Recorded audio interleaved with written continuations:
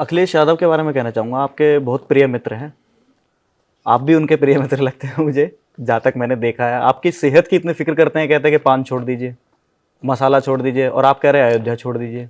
नहीं, हमने भी उनसे कहा वोदका छोड़ दीजिए, तो छोड़ते कहाँ हैं वो। कुल मिलाकर देखो, विषय ये है कि अयोध्या छोड़ने की हमने बात नहीं कही। हमने वो कल मायावती जी ने भी कह दिया, वो गिरगिट के तरीके से रंग वो बदलते हैं। सवाल पे आने वाला था। तो कुल मिलाकर वो चीज़ों को ठीक करें और केवल वोट के लिए अपने पूर्वजों को ना बदलें। मैं उनको ये सलाह देना चाहता हूँ।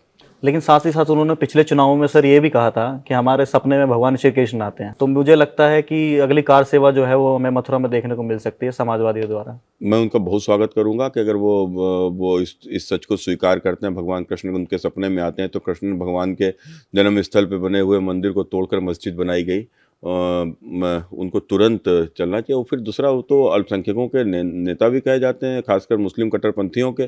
तो कुल मिलाकर उन कट्टरपंथियों से बात करना चाहिए उनको, और वो मस्जिद को वहाँ खाली कराना चाहिए, और भगवान कृष्ण का उनको भव्य मंदिर बनाना चाहिए। वो ऐसा काम करते हैं तो मैं उनके साथ खड़ा रहूँगा।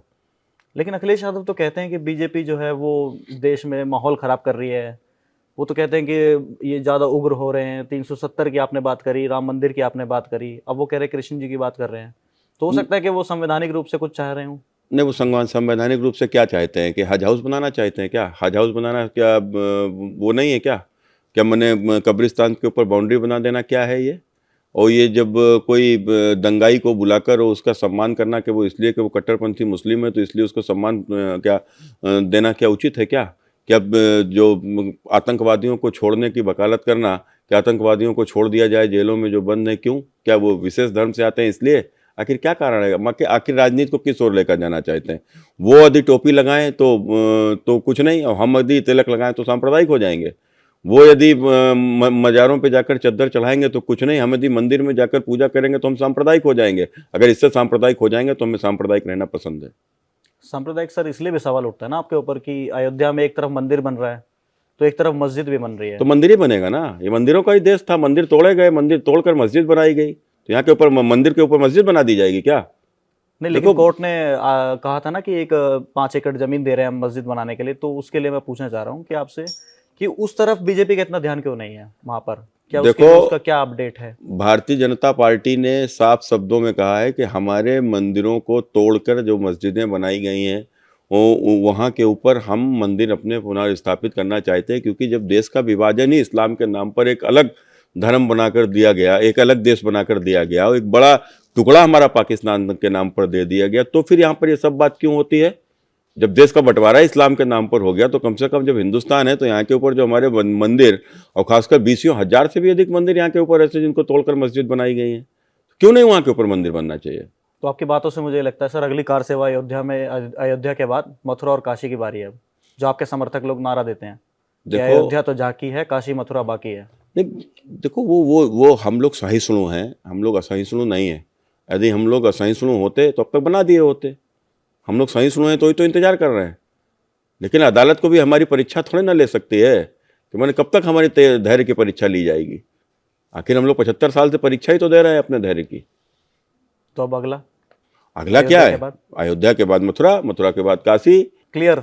बिल्कुल, जो भी हमारे मंदिर जो जिनको ध्वस्त किया गया, जिनको तोड़कर मंदिर बनाए गए, मंदिर तोड़कर मस्जिदें बनाई गई हैं, वो वहाँ सभी हम लोग, हमारे ऊपर कलंक है, उसको मिटना चाहिए। तो साधु संतों ने तो सर ताजमहल पर भी क्लेम किया है, दिल्ली की जामा मस्जिद पर भी क्लेम किया है। तो तो किया है आप तो कहाँ ये कहाँ तक हुआ है ना, मतलब? ये सब हुआ है। कहाँ कहाँ तक क्या मतलब है इसका? मतलब क्या है कहाँ कहाँ तक? नहीं, जब कहाँ अगला कहाँ तक, स्टैंड फिर कहाँ वही तक बात, रहेगा? जब देश के बंटवारा ही जब देश का इस्लाम के नाम पर हुआ तो वो फिर क्या है?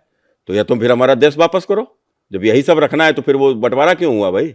क्यों बंटवारा किया गया? अगर बंटवारा अगर किया गया है तो फिर सारी चीज़ों को सुलझना चाहिए ना। अब लटकाए के मुद्दे हम अगली पीढ़ियों के लिए छोड़ कर थोड़े ना जाएंगे। विपक्षी पार्टी सर इसको मुद्दा बनाती है।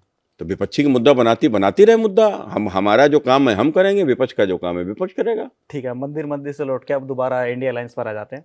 आपने मायावती जी के लिए कहा कि उन्होंने उसको, अखिलेश यादव जी को गिरगिट बोला। तो कहा यह जा रहा है कि अब मायावती जो है वो बीजेपी की बी टीम के तौर पर काम कर रही है। आप लोग अफवाह उड़ाते हैं कि उन्हें राष्ट्रपति बना रहे हैं। आप लोगों से मेरा मतलब है, आपके समर्थक जो सोशल मीडिया पर ऐसे हैं। देखो सब बीजेपी की टीम है, कोई बी टीम है, कोई सी टीम है, कोई डी टीम है, ये है तो सब बीजेपी के। तो कुल मिलाकर जिसको जो कहना हो कहे, उससे हमें फर्क नहीं पड़ता। हमारा काम है, जब पिछली बार सपा और बसपा मिलकर लड़े थे तब ये कौन सी टीम थे? तब ये कौन सी टीम थे? जब 2019 का लोकसभा का चुनाव सपा बसपा दोनों आपस में मिलकर लड़े थे तब वे कौन सी टीम थे? और आज जब मैंने दोनों आपस में नहीं मिल रहे हैं तो टीमें हो गए। तो कुल मिलाकर देखो दोनों को सोचना है। अब अखिलेश यादव चूंकि अपना वो समझते हैं कि अखिलेश यादव का पिछली बार मायावती से गठबंधन ना हुआ होता तो मुलायम सिंह जी मैनपुरी हार गए होते और अखिलेश यादव स्वयं आजमगढ़ हार गए होते। तो कुल मिलाकर आज की किस प्रकार से मैनपुरी जीत जाए ये बड़ी चिंता है। तो आज वो मैनपुरी जीतते हुए नहीं दिख रहे, मैनपुरी 100% हार जाएंगे और मायावती जी ने हम मना कर दिया है तो और अब उनको हमें लगता है उनको नींद भी रात की गायब हो गई होगी। तो कुल मिलाकर ये अखिलेश यादव जी केवल हमारे परिवार का भला कैसे हो जाए उसको लेकर बसपा से गठबंधन करना चाहते थे। बाकी बसपा का इसमें क्या भला होगा आप बताइए।